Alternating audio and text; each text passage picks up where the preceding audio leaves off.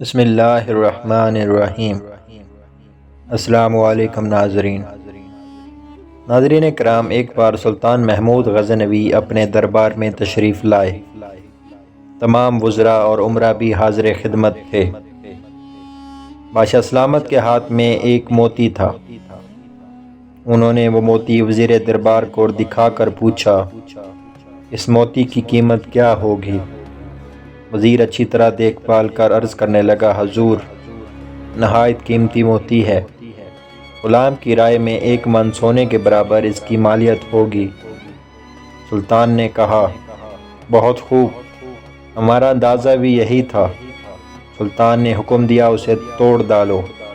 وزیر حیرت سے ہاتھ باندھ کر کہنے لگا، حضور، اس قیمتی موتی کو کیسے توڑ دوں؟ میں تو آپ کے مال کا نگران اور خیر خواہ ہوں۔ سلطان نے کہا، ہم آپ کی اس خیر خواہی سے خوش ہوئے۔ تھوڑی دیر بعد سلطان نے وہ موتی نائب وزیر کو دیا اور اس کی قیمت دریافت کی۔ وزیر نے عرض کی، حضور، میں اس کی قیمت کا اندازہ لگانے سے قاصر ہوں۔ سلطان نے کہا، اسے توڑ دو۔ وہ عرض کرنے لگا، حضور، ایسے بیش بہا موتی کو میں کیسے توڑ سکتا ہوں، جس کا ثانی ملنا محال ہو اور جس کی چمک دمک ایسی کہ سورج کی روشنی مانند پڑ جائے۔ سلطان نے اس کی فہم و فراست کی تعریف فرمائی۔ پھر چند لمحوں کے بعد وہی موتی امیر الامراء کو دیا اور کہا، اسے توڑ ڈالیے۔ اس نے بھی عذر پیش کیا اور توڑنے سے معذرت کی۔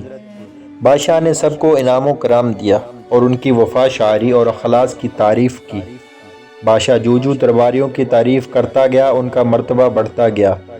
تو وہ ادنا درجے کے لوگ صراط مستقیم سے بھٹک کر اندھے کنویں میں گرتے گئے۔ وزیر دربار کی دیکھا دیکھی امیروں اور وزیروں نے ظاہر کیا کہ وہ دولت شاہی کے وفادار اور نگراں ہیں۔ آزمائش اور امتحان کے لمحوں میں تقلید کرنے والا ذلیل و خوار ہوتا ہے۔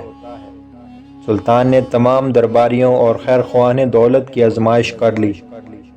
آخر سلطان نے وہ موتی ایاز کو دیا اور فرمایا، اے نگہ باز، اب تیری باری ہے، بتا اس موتی کی قیمت کیا ہوگی؟ ایاز نے عرض کیا، اے آقا، میرے ہر خیاس سے اس کی قیمت زیادہ ہے۔ سلطان نے کہا، اچھا، ہمارا حکم ہے، تو اسے توڑ دے۔ ایاز نے فوراً اس ہیرے کو ٹکڑے ٹکڑے کر دیا۔ وہ غلام آقا کے طریقے امتحان سے آگاہ تھا، اس لیے اس دھوکے میں نہ آیا۔ موتی کا ٹوٹنا تھا کہ سب درباری چلا اٹھے اور کہا، ارے بے وقوف، تیری یہ جرت کہ ایسا قیمتی اور نادر موتی توڑ دے۔ اس کا وویلا سن کر ایاز نے کہا، اے صاحبو، ذرا دل پر ہاتھ رکھ کر بتاؤ، اس موتی کی قیمت زیادہ تھی یا حکم شاہی کی؟ تمہاری نگاہ میں سلطانی فرمان زیادہ وقت رکھتا ہے یا حقیر موتی؟ تم نے ہیرے کو دیکھا، اس کی قیمت اور چمک دمک کو دیکھا، مگر اس کے حکم دینے والے کو نہ دیکھا۔ روح ناپاک اور بد حسلت ہے جو ایک حقیر پتھر کو نگاہ میں رکھے اور فرمان شاہی کو نظر انداز کر دے۔ جب ایاز نے یہ راز کھولا تو وہ درباریوں کی آنکھیں کھل گئیں اور ذلت و ندامت سے گردنیں جھک گئیں۔ سلطان نے کہا، معمولی پتھر کے مقابلے میں تم میرا حکم توڑنا ضروری سمجھتے ہو؟ یہ کہہ کر شاہی جلاد کو سب کی گردنیں اڑانے کا حکم دے دیا۔ سب نافرمان تھر تھر کانپنے لگے۔ ایاز کو ان کی بے بسی پر رحم آیا۔ بادشاہ سے کہا، ان کی نافرمانی کا سبب محض آپ کا کرم اور سخت عفو کی زیادتی ہے۔ بے شک یہ بازی ہار گئے، مگر اتنا تو ہوا کہ انہیں اپنی غلطی کا احساس ہو گیا، اس لیے انہیں معاف کر دیجئے۔